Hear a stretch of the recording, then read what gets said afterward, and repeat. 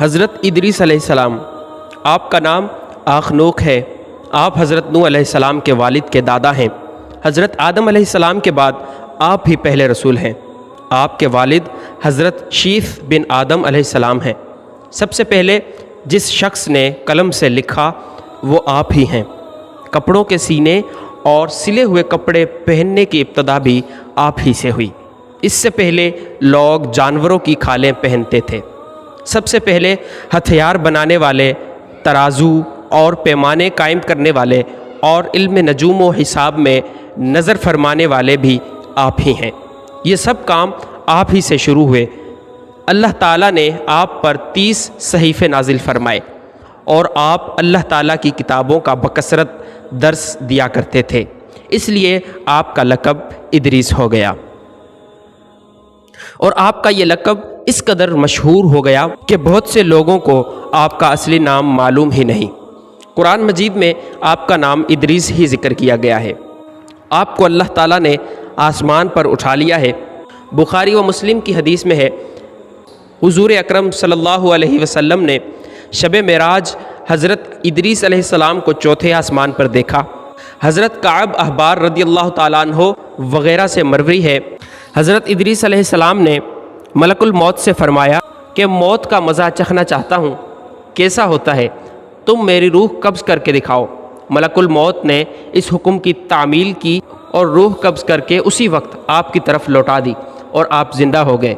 پھر آپ نے فرمایا کہ اب مجھے جہنم دکھاؤ تاکہ خوف الہی زیادہ ہو۔ چنانچہ یہ بھی کیا گیا۔ جہنم کو دیکھ کر آپ نے داروغہ جہنم سے فرمایا کہ دروازہ کھولو، میں اس دروازے سے گزرنا چاہتا ہوں۔ چنانچہ ایسا ہی کیا گیا اور آپ اس پر سے گزرے۔ پھر آپ نے ملک الموت سے فرمایا کہ مجھے جنت دکھاؤ۔ وہ آپ کو جنت میں لے گئے۔ آپ دروازوں کو کھلوا کر جنت میں داخل ہوئے۔ تھوڑی دیر انتظار کے بعد ملک الموت نے کہا کہ اب آپ اپنے مقام پر تشریف لے چلیے۔ آپ نے فرمایا کہ اب میں یہاں سے کہیں نہیں جاؤں گا۔ اللہ تعالیٰ نے فرمایا کہ کل نفس ذائقۃ الموت، تو موت کا مزہ میں چکھ ہی چکا ہوں۔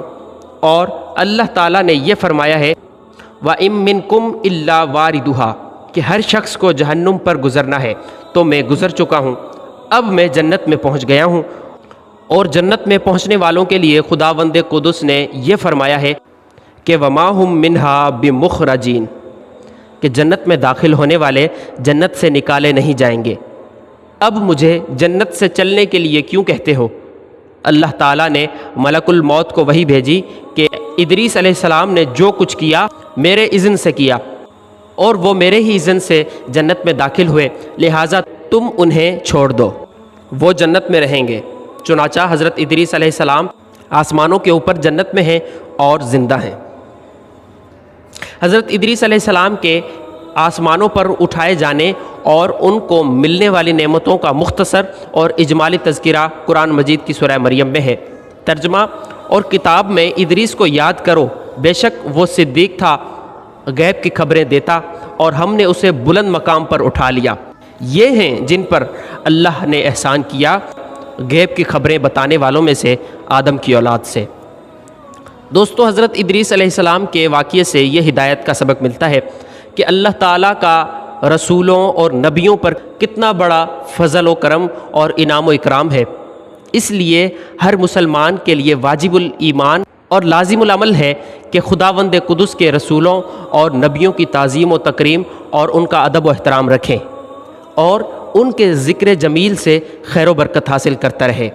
قرآن مجید کی مقدس آیتوں اور حدیثوں میں بار بار خدا کے ان برگزیدہ رسولوں اور نبیوں کا ذکر جمیل اس بات کی دلیل ہے کہ ان بزرگوں کا ذکر خیر اور تذکرہ موجب رحمت اور باعث خیر و برکت ہے۔ واللہ اعلم۔ دوستو، اگر آپ اسی سے ریلیٹیو نیو ویڈیوز دیکھنا چاہتے ہیں تو ہمارا چینل سبسکرائب کیجئے اور بیل آئیکن پریس کیجئے۔ اللہ حافظ۔